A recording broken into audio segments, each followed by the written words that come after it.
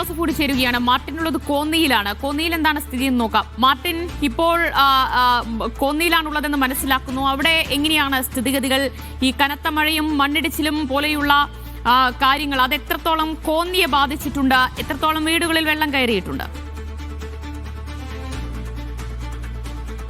ദിവ്യ, ഞാനിപ്പോൾ നിൽക്കുന്നത് കോന്നിയിലെ അരുവാപ്പുലം ഗ്രാമപഞ്ചായത്തിലാണ് നിൽക്കുന്നത്. നമ്മൾ അങ്ങോട്ട് പഞ്ചായത്ത് തുടങ്ങുന്ന ഒരു ഭാഗത്താണ് ഞാനിപ്പോൾ നിൽക്കുന്നത്. അതായത് നമുക്കിപ്പോൾ കാണാം, ഇവിടെ വെള്ളം കയറി കിടക്കുന്ന ഒരു സാഹചര്യം നമുക്കിപ്പോൾ കാണാം.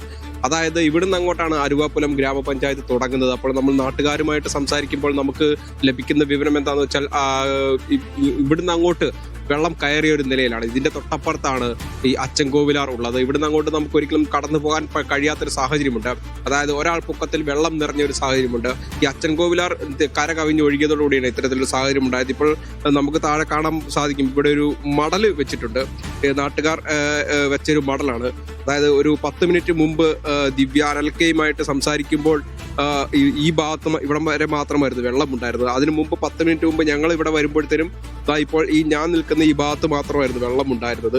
ഇവിടുന്ന് അങ്ങോട്ട് വളരെ പെട്ടെന്നാണ് മിനിറ്റുകൾക്കുള്ളിൽ വെള്ളം ഇരച്ചു കയറി മുകളിലേക്ക് കയറി വരുന്നൊരു സാഹചര്യം ഉണ്ടായത്. അതായത് ഇതിന്റെ അപ്പുറത്തേക്ക് പോകും തോറും വെള്ളം കൂടുതൽ ഉയരുന്നൊരു സാഹചര്യമുണ്ട്. ഇവിടുന്ന് അങ്ങോട്ട് കിലോമീറ്ററുകളോളം ദൂരത്തിൽ നിരവധി സ്ഥലങ്ങളുണ്ട്. കൊക്കാത്തോട് ഉൾപ്പെടെയുള്ള നിരവധി സ്ഥലങ്ങളുണ്ട്. കൊക്കാത്തോട് ഉൾപ്പെടെയുള്ള പ്രദേശങ്ങൾ ഇപ്പോൾ തന്നെ ഒറ്റപ്പെട്ട ഒരു സാഹചര്യമാണ് എന്നാണ് ഇപ്പോൾ അറിയാൻ സാധിക്കുന്നത്.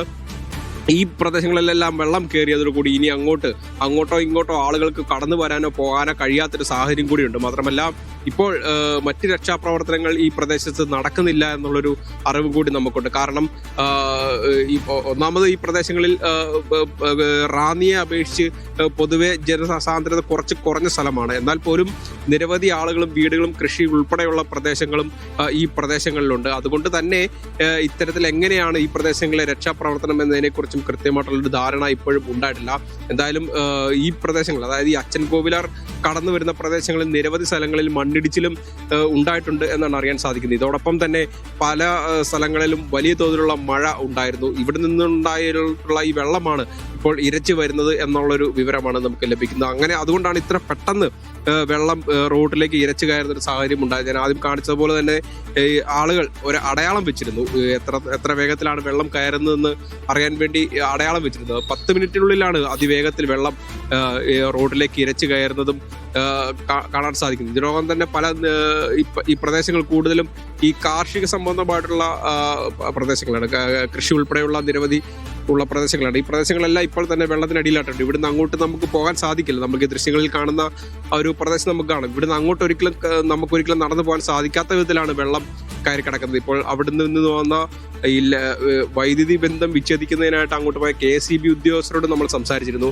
അപ്പോൾ അവർ പറഞ്ഞത് കുറച്ച് ദൂരം വരെ പോകാം, അതിന്റെ അപ്പുറത്തോട്ട് ഒരിക്കലും പോകാൻ സാധിക്കാത്ത വിധത്തിൽ വെള്ളം നിറഞ്ഞു നിൽക്കുന്ന ഒരു സാഹചര്യമുണ്ട് എന്നാണ് അറിയാൻ സാധിക്കുന്നത്. ഇതോടൊപ്പം തന്നെ ഈ കൊക്കാത്തോട് ഉൾപ്പെടെയുള്ള പ്രദേശങ്ങളുണ്ട്. ഇവിടങ്ങളിലെല്ലാം വെള്ളം ഇരച്ചു കയറി ഒറ്റപ്പെട്ട് കിടക്കുന്നൊരു സ്ഥലമുണ്ട് നിലയിലാണ്. ഇതോടൊപ്പം തന്നെ ഈ പ്രദേശങ്ങളിലെല്ലാം നിരവധി ആളുകളും വീടുകളും ഉണ്ട്. ഇപ്പോൾ നമുക്കിവിടെ കാണാൻ പറ്റും, ഈ നാട്ടുകാരിലെ ഇവിടെ കൂടി വന്നിരിക്കുന്നൊരു സാഹചര്യം കൂടിയുണ്ട്. ഇതിന്റെ അപ്പുറത്ത് ഇവർക്ക് പരിചയമുള്ള ആളുകളും സുഹൃത്തുക്കളും എല്ലാവരും ഉണ്ട്. അവരൊക്കെ എങ്ങനെയാണ് അവിടുത്തെ സ്ഥിതിയെന്ന് അറിയാൻ കൂടി മേലാത്തൊരു സാഹചര്യം കൂടിയാണ് ഇപ്പോൾ ഈ നിലവിലുള്ള ഈ കോന്നി അരുവാപ്പുലം ഗ്രാമപഞ്ചായത്തിലുള്ള ഈ പഞ്ചായത്തിൽ. ഈ കോന്നിയിലെ ഏറ്റവും കൂടുതൽ പ്രളയം ഏറ്റവും കൂടുതൽ ബാധിക്കപ്പെട്ട ഒരു പഞ്ചായത്ത് കൂടിയാണ് ഈ അരുവാപ്പുലം ഗ്രാമപഞ്ചായത്ത്. കാരണം അച്ചൻകോവിലാർ കടന്നു പോകുന്നതിന്റെ തൊട്ടടുത്ത് കൂടിയാണ്. അപ്പം ഈ അച്ചൻകോവിലാറിൽ നിന്നുള്ള വെള്ളമാണ് ഇവിടേക്ക് ഇരച്ചു കയറി വന്നതും ഈ ഒരു പ്രദേശത്തെ ഒറ്റപ്പെട്ട് നിർത്തിയിരിക്കുന്നതും.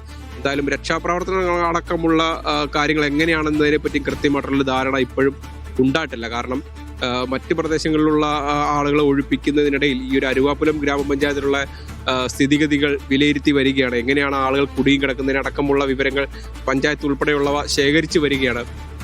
എന്തായാലും ഉടനടി തന്നെ ഈ ഒരു പ്രദേശങ്ങളിൽ രക്ഷാപ്രവർത്തനം ആരംഭിക്കുമെന്ന് തന്നെയാണ് നമുക്ക് മനസ്സിലാക്കാൻ സാധിക്കുന്നത്.